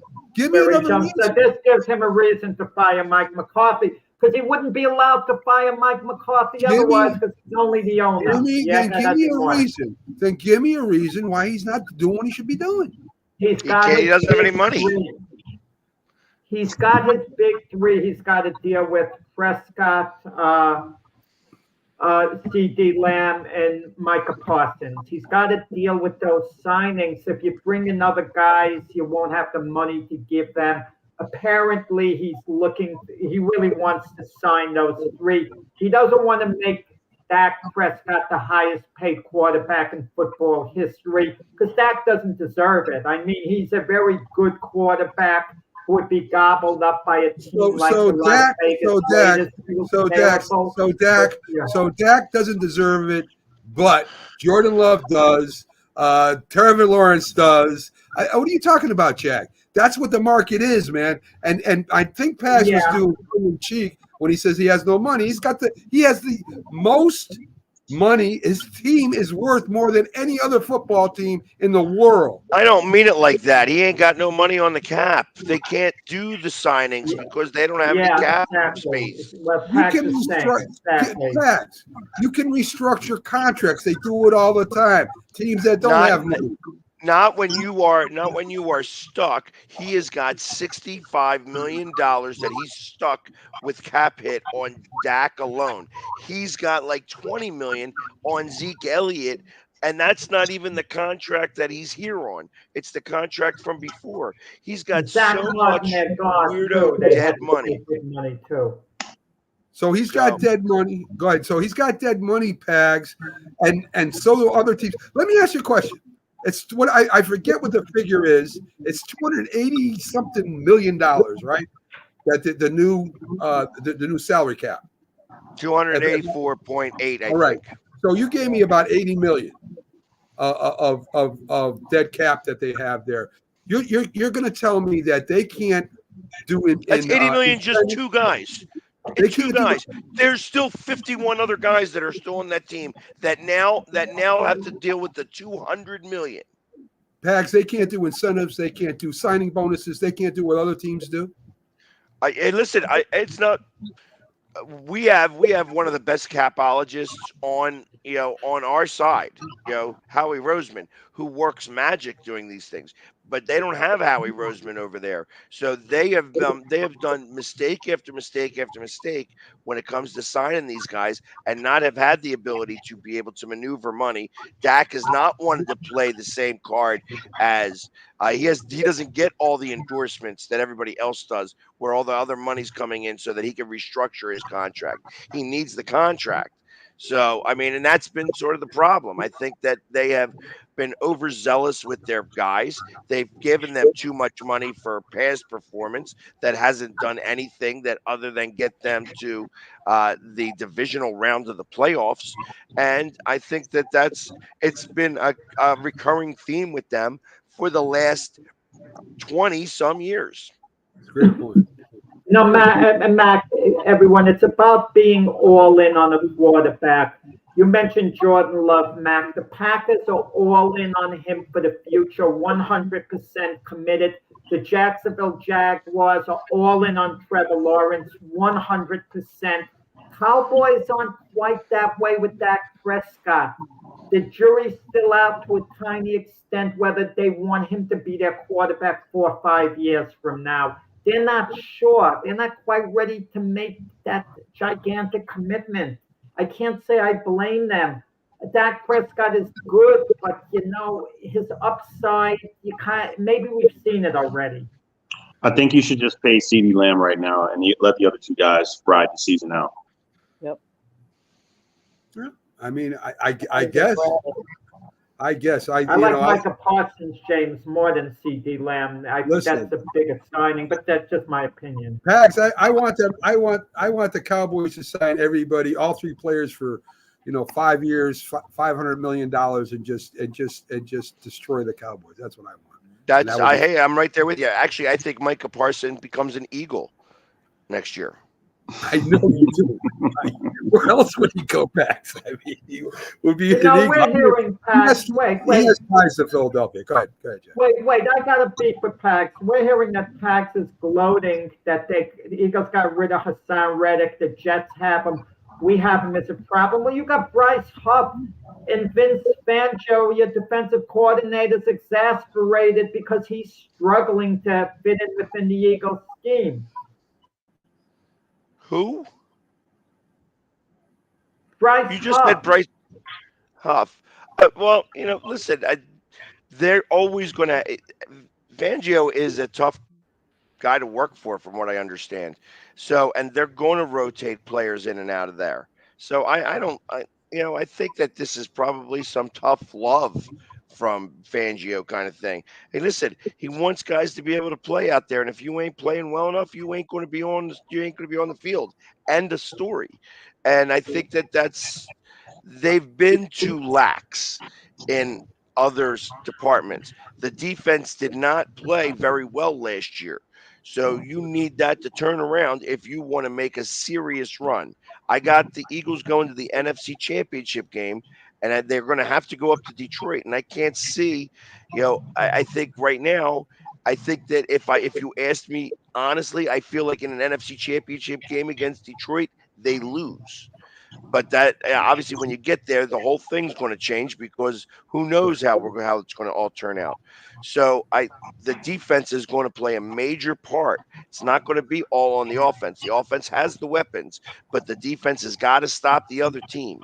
And if they can't do it, we're going to have a very similar season to last year. Listen, I love the signing of Vic Fangio. I love that signing by the Eagles. I'm not sure about your offensive coordinator more. I don't know about him. I know he's had problems with Dallas and in San Diego. I mean, the LA Chargers. He's not there anymore. I don't know. But I do like Vic Fangio. And if something does happen to Sirianni, he could step up and be a head coach. He's been a head coach before. He's a good head coach too. So I mean, I think that was a hell of a move by the Eagles, to be honest with you. So anyway, so if there's nothing else, we've got like 4 minutes left. I got to keep it on 2 hours, guys, so I can bring it and put it on Roku. So any quick announcements you want to make them now, and then we're out of here. So anything you got to say?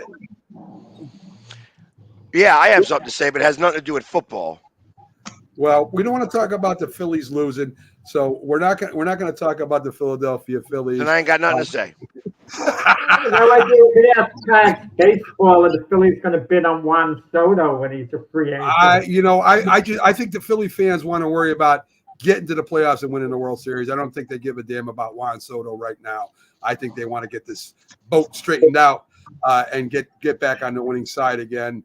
We mentioned Crawford won. We mentioned a split decision. We mentioned judging. It was unanimous. Yeah, split between 3 people. Anyway, Jack is like, what are you talking about? 3 different decisions, more unanimous. How's that? Anyway, I think that's it, folks. Thanks for joining us on the Big Football Show. Mac and Jack is on tomorrow at 8 a.m., followed by Jack and Frank Latirzo on Glove Fist at 7 p.m., followed by Start Spreading the News at 9 p.m. Coast to Coast is on every day during the week from 12 p.m. to 2 p.m. So be sure to go to Roku. Check out all our great shows over there. Guys, have a great Sunday. Thanks for joining us. And thanks for everybody that participated today. Have a great Sunday. Have a great Sunday.